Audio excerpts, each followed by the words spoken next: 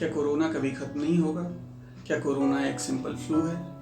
क्या हमें कोरोना से डरने की ज़रूरत नहीं है, या हमें कोरोना से बहुत ज़्यादा डरने की ज़रूरत है? नमस्कार, मैं डॉक्टर वीबी सिंह आप सभी का स्वागत करता हूं आपके अपने channel Aryan vision based science में। आर्यन विजन बेस्ड साइंस में हम आपको उन बातों को बताएंगे जिन बातों का कोई ऑथेंटिक रेफरेंस हो, और उन बातों को हम कभी नहीं बताएंगे जिनका कोई रेफरेंस नहीं हो। मतलब ये कंप्लीटली साइंटिफिक इंफॉर्मेशन। से पहले देख लेते हैं कोरोना की नई अपडेट क्या है। जैसा कि आप जानते हैं कि अब भारत में 30 लाख एक्टिव केसेस जो कंफर्म केसेस हैं उसके संख्या 30 लाख से ऊपर हो चुकी है। और इसी तरह से कुछ अपडेट आई हैं। मलेशिया ने अभी क्लेम किया है कि उसने कोरोना के एक नए म्यूटेंट को खोजा है जिसका D614G इस म्यूटेंट का नाम रखा है। और ये जो है ये बताया जा रहा है कि ये कोरोना से ज़्यादा 10 गुना ज़्यादा खतरनाक है। तो ये भी आपको समझने वाली बात है। और इसके साथ में ही ICMR और इज़राइल की एक कंबाइंड स्टडी है जिसका पीयर रिव्यू अभी पब्लिश्ड हुआ है क्लिनिकल इन्फेक्शियस डिजीज़ में, ये जर्नल का नाम है, जिसमें ये बताया गया है कि डेंगू जो है वो मिसडाइग्नोज कर रहा है कोरोना के पेशेंट्स को। तो अब बात करते हैं, क्या कोरोना एक सिंपल फ्लू है? ये कोई बीमारी नहीं है, जैसे सर्दी जुकाम होता है उसी तरह से ये बीमारी है क्या? आपने देखा होगा कि कुछ ऐसे सो कॉल्ड डॉक्टर्स हैं जो बता रहे हैं कि कोरोना कोई सिंपल फ्लू नहीं है, आप बाहर निकलिए और हर्ड इम्यूनिटी को डेवलप करिए। लेकिन आप इस बात को समझने से पहले इस बात को ध्यान दीजिए कि यूनाइटेड स्टेट में अब तक 1 लाख से ऊपर 1,60,000 मेरे ख्याल से 1,60,000 से ऊपर की डेथ हो चुकी है।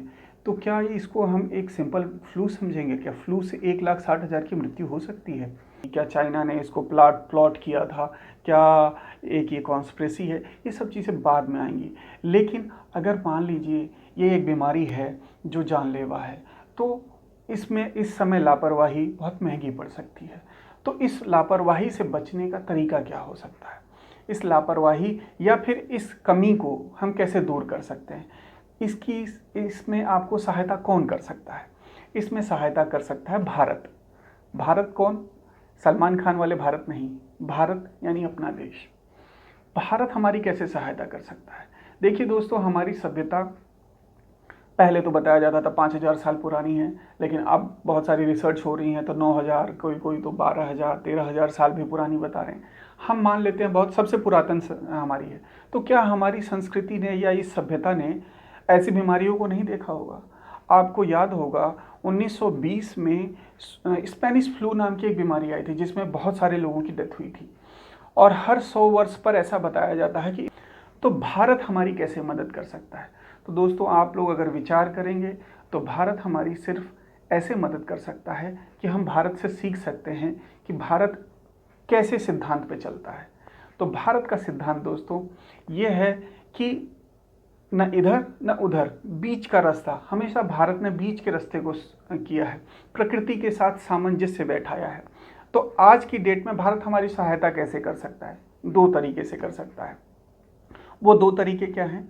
2 तरीके ये हैं कि एक तो इस बीमारी से बचा जाए और एक इस बीमारी से लड़ने की तैयारी की जाए। तो इस बीमारी से बचने के तरीके क्या हो सकते हैं? बचने के तरीके वही हैं, प्रधानमंत्री जी इतने दिनों से दूरी है तो 2 मीटर की दो मीटर की दूरी जो है ज़रूरी है। क्यों ज़रूरी है? ये इसलिए ज़रूरी है कि आपका जो भी कंटामिनेशन होना है, जो भी ट्रांसमिशन होना है, वो ट्रांसमिशन रुक जाए। दूसरा, उसके साथ में मास्क पहनना और अपने हाथों को सैनिटाइज करना। सैनिटाइजेशन इम्पॉर्टेंट चीज़ है। देखिए, कोई भी बीमारी अगर आपके घर में आएगी तो 2-3 तरीक़ों से आ सकती है। एक ये कि आप मास्क नहीं पहने हैं तो उस मास्क से ट्रांसफ़र होकर के आपके अंदर चली जाए, उस आदमी से ट्रांसफ़र होकर के आपके अंदर चली जाए। दूसरा, आपके हाथों से आए, और तीसरा आपके पैरों से आए। तो आप इन 3 चीज़ों को अपनी सैनिटाइजेशन में, अपनी क्या कहते हैं, डेली रूटीन में शामिल करिए। इससे ये होगा कि ना सिर्फ ये बीमारी, उसके साथ और भी जो बीमारियां हैं जो आपके घर में प्रवेश कर सकती हैं, आपके बड़े बुजुर्ग बच्चों को नुकसान पहुंचा सकती हैं, वो सभी बीमारियों की रोकथाम होगी। आइए अब जानते हैं दूसरा तरीका। दूसरा तरीका क्या है? दूसरा तरीका तो ये इम्यूनिटी को एक ऑप्टिमम लेवल तक रखना ज़रूरी होता है, जिससे हम अपनी रोग प्रतिरोधक क्षमता जो है हम अपनी बढ़ा सकें। तो इम्यूनिटी को बढ़ाने का सबसे अच्छा तरीका ये है कि देखिए, डेली रूटीन में जैसे आयुष मंत्रालय ने आयुष काढ़ा का आप लोगों को सजेशन दिया है, आप वेबसाइट पर देख सकते हैं कि क्या है वो आयुष काढ़ा, तो उस काढ़े का इस्तेमाल कर सकते हैं। उसके साथ में कुछ ऐसी दवाएं हैं, हर्बल मेडिसिन ही हैं, देखिए जैसे कि आपकी लहसुन है। लहसुन दोस्तों बहुत ही बढ़िया एक क्या कहते हैं जड़ी बूटी है। इसके अंदर एक एलिसिन नाम का कंपाउंड पाया जाता है, वो इतना इफ़ेक्टिव है, वो एंटीऑक्सीडेंट है, एंटी कैंसरस है, और कार्डियोवास्कुलर डिजीज़ में उसका बहुत अच्छा इस्तेमाल होता है। अब आप कहेंगे कि ये लहसुन डॉक्टर साहब खाने के लिए कह रहे हैं, लेकिन वो उस लहसुन की कैप्सूल क्यों नहीं आती हैं? देखिए, लहसुन की कैप्सूल आती हैं, लेकिन ये कंपाउंड इतना अनस्टेबल है कि इसको ये बहुत जल्दी स्पॉइल हो जाता है। तो आपको करना क्या है, आपको ताज़ा लहसुन लेना है, उसको 2-3 भागों में, 4-5 भागों में काट लीजिए, थोड़ी देर उसको रहने दीजिए। उसके अंदर वो बायोकेमिकल सारे डेवलप हो जाएंगे जो आपकी इम्यूनिटी को बढ़ाने के लिए बहुत ज़रूरी होंगे। उसको आप कुचलना नहीं है, निगल लीजिए, निगल करके उसको पानी से पी लीजिए। तो ये तरीका है आपको लहसुन का। इसी तरह से आपका अदरक हो गया।